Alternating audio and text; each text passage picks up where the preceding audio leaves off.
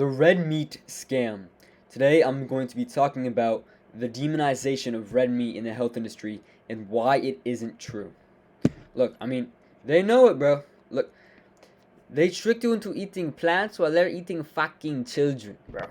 Just eat your vegetables. That's what they say. All right, but I know I've been gone for a while. Um, some people were after me. Had to go off the grid. Had to lay low. But I'm good now. I kind of look like shit because I was had to force eat some goy slop while I was in hiding. But some people were after me. But I'm good now. So let's go. So why is red meat demonized so much? Well, mainly, particularly, you should look it up on Google. It talks about saturated fat and cholesterol. And why are these bad for you? Well, they're not at all. But mainstream health has pushed this idea that saturated fat and cholesterol, due to it like high LDL content, is going to clog your arteries and cause heart disease. Now, there's only associative studies based on this. So, for example, they take a bunch of people and see whether measure their cholesterol compared to their heart disease.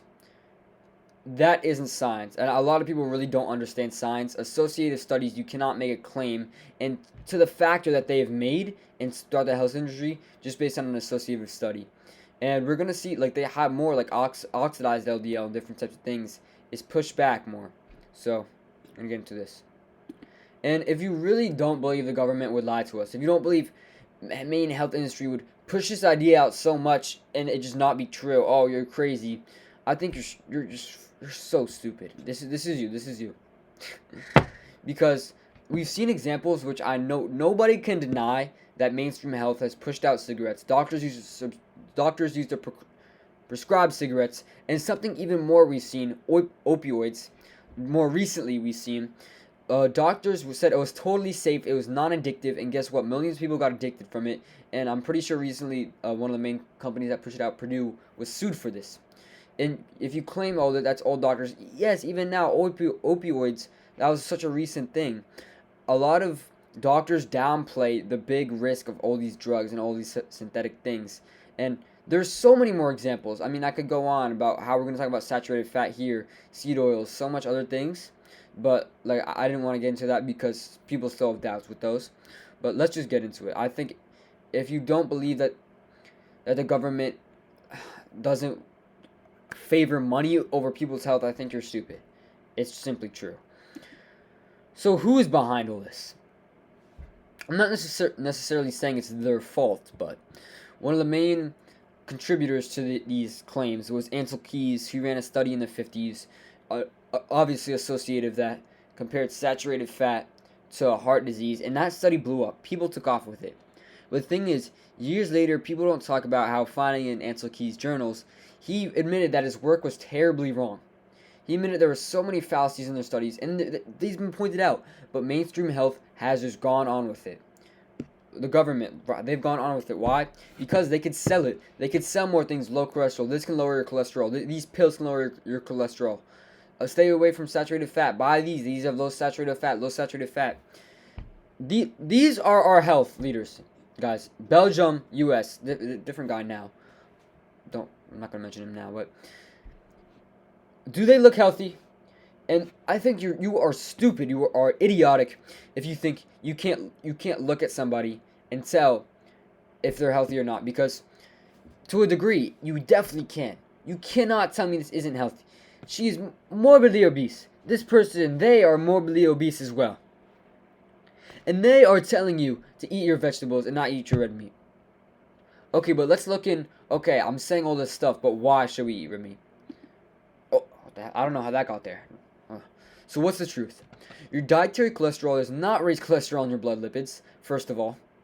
So barely any of the cholesterol you eat actually would even clog your arteries. There isn't any cause and effect evidence that points to high LDL being bad. And if you want to look at associative studies, want to look at associative data, which correlates more, oxidation of LDL is way more correlated. Oxidation is way worse. Guess what oxidizes your LDL? Seed oils. Things like seed oils oxidize your LDL. There's so much more things. But saturated fat is the one that's bad for you. Don't cook in beef tallow. Cook in the seed oils. Because saturated fat raises your LDL. Seed oils fucking oxidize it. Oh my goodness, bro. Alright. And saturated fat and cholesterol is required for optimizing hormones. Do not fear saturated fat or cholesterol at all. You need it for hormone optimization. Saturated fat and cholesterol are the precursor to testosterone, and that's going to help your androgen receptors and everything. It's going to help you function. You need saturated fat and cholesterol. Red meat has a lot of this. That's why red meat is so good. Why you should eat more of it. So there's extreme nutritional value. Just to mention, there's A, B2, B3, B6, B12, E, zinc, heme iron, phosphorus, magnesium, creatine, taurine, carnitine. You can barely get, I don't think you can get any of these in most vegetables. There is like a long list. Retinol specifically, a lot of this, but I can go down that rabbit hole in a different video. You need these. There's so many good nutrients in red meat. That's going to help you function. That's going to help you improve your health, improve your bone health, skin health, everything. That's why I talk about how red meat is so good. If you're in this looks maxing space, diet is so important. I mean, cholesterol plus saturated fat obviously will help tremendously in optimizing your hormones. Like, let's say bodybuilders, for example. We see these bodybuilders eating like diets with like 40 grams of fat a day, just chicken and rice, and that bullshit. But they're on fucking test. If they weren't on test, their hormones would crash and they'd be less than 100 nanograms per deciliter. They'd look like fucking shit. They'd be a soy boy. You need cholesterol, you need saturated fat in your diet for optimal health, optimal looks, all of that. Alright, thank you guys for watching. Get 20% off Face IQ Labs. Use the code early bird improvement. It's going to be first link in the description down below. Alright, bye.